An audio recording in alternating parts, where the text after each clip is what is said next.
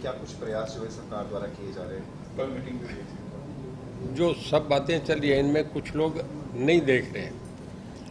पिछले 2 साल में कोविड रहा और कोविड करके सारी इंडस्ट्रीज, बहुत इंडस्ट्रीज बंद थी।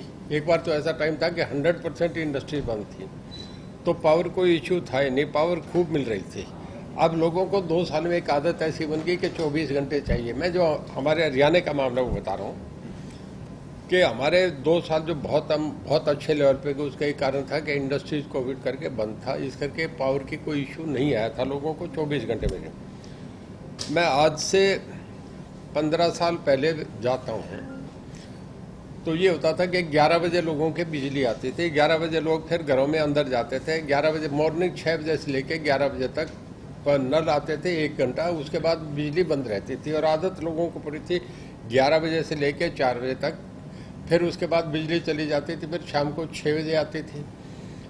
अब हमने 2 साल में एक ऐसी आदत बन गई कि लोगों को 24 घंटे। एक तो हमारा ये कारण रहा कि इंडस्ट्री जो थी वो लॉकडाउन थी, वो सारी पावर सरप्लस थी।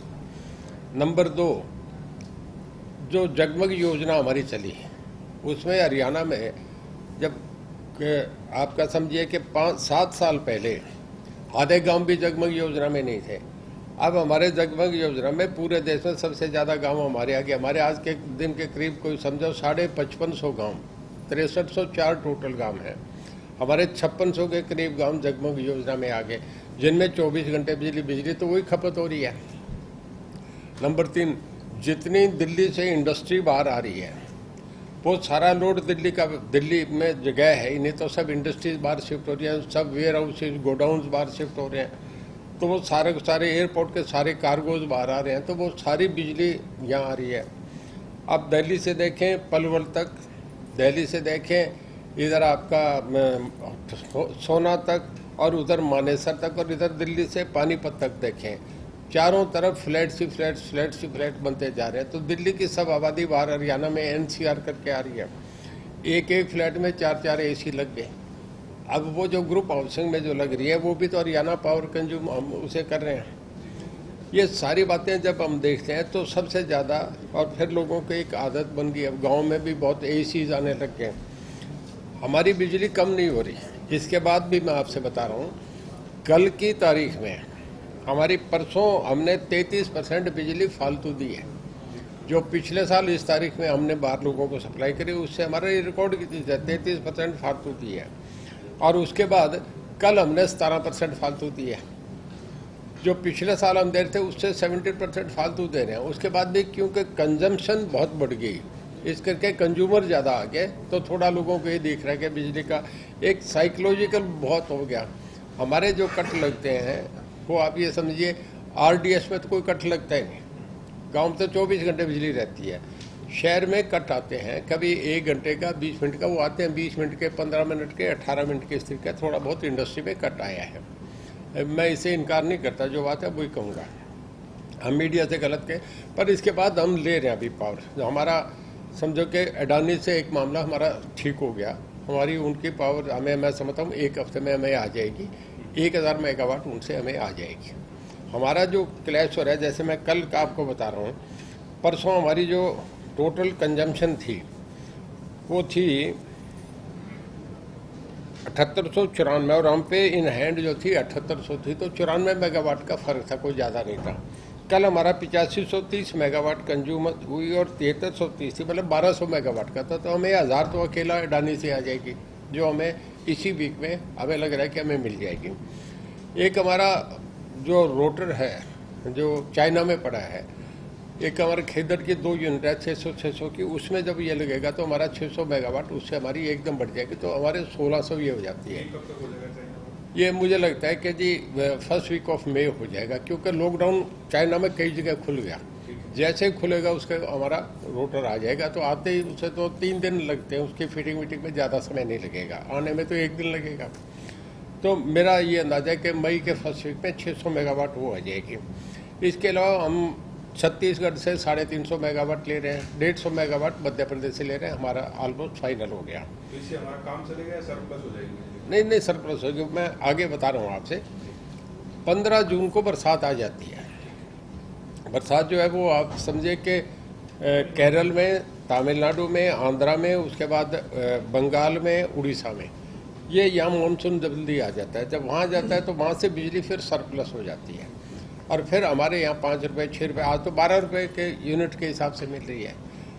डीजल भी इतना महंगा हो गया कि अगर डीजल पे फैक्ट्री शिफ्ट करें तो 30 रुपये यूनिट आ रहा है। मतलब ये करके ये सब जगह इसका ओवरऑल इम्पैक्ट है।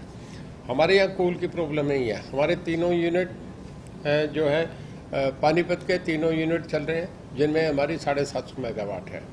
हमारे जो यमुनानगर के दोनों यूनिट चल रहे हैं, जिसमें हमारी वो 710 मेगावाट है। थर्मल हमारे खेदड़ में 2 यूनिट है, जिसमें एक हमारा रोटर रहने की वजह से एक हमारा 600 मेगावाट दे रहा है, दूसरा आ जाता है तो 600 मेगावाट आ जाती है। हम जो लेकिंग कर रहे हैं वो 500-600 मेगावाट कर रहे हैं। हमें मध्य प्रदेश छत्तीसगढ़ से मिलती है तो 500 मेगावाट आती है। अडानी से जो हमें इस हफ्ते मिलेगी वो आने से 1000 मेगावाट आ जाती है। हमारा रोटर ठीक होकर आ जाता है 600 मेगावाट। एक आरवी इंफ्रा हो रहा है, वो हमें 31 को टेंडर लग रहे हैं, उसमें भी हमें कोई उन्होंने 500 मेगावाट ऑफर करी है, तो हम पे 2500-3000 हज़ार मेगावाट इन हैंड आ जाती है। तो हमारी शॉर्टेज जो रहती है वो 700-800 मेगावाट है, हमें प्रॉब्लम नहीं आएगी। और अब हम इस पर बहुत, कल हमने सीएम साहब ने एक हमारी हाई लेवल मीटिंग करी थी, हमारा 2 घंटे उसमें मीटिंग में चले। एसीएस साहब भी थे, एमडी भी थे, उमा शंकर जी भी थे, मैं भी था, हमारे चीफ इंजीनियर्स थे। उस पर हमने ये भी तय करा है कि एक नया थर्मल और 750 मेगावाट का लगा रहे हैं।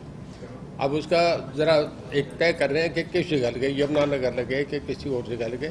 दिल्ली के नज़दीक इस करके नहीं कि कल को पोल्यूशन का मामला बहुत बढ़ता है, लगा भी दें तो उसका तो थोड़ा उसे अभी साइट सिलेक्शन का हम अपने ऑफिसर्स के जिम्मे लगाएंगे, देखेंगे। पर इन प्रिंसिपल तय कर लिया कि 750 मेगावाट पर हमने ये समझा कि लंबे के लिए अगले साल भी बिजली सस्ती नहीं मिलेगी।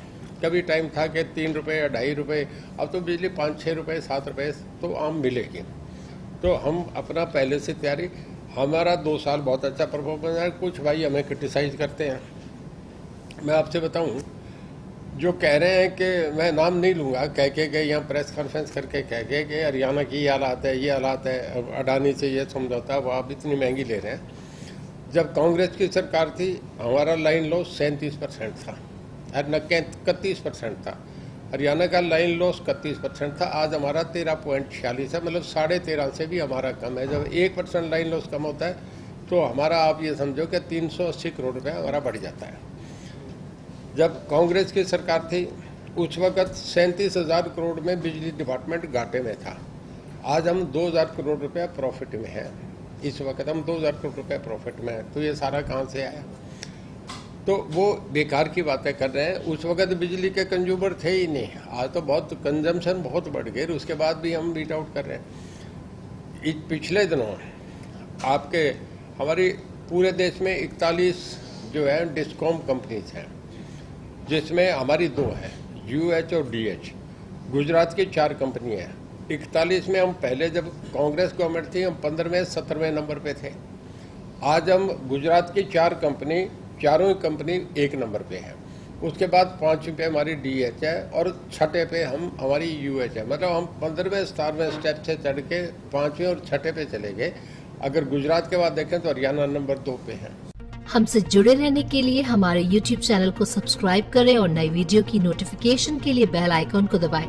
अगर आप ये वीडियो Facebook पर देख रहे हैं तो लाइक जरूर करें और ज्यादा से ज्यादा शेयर करें। धन्यवाद।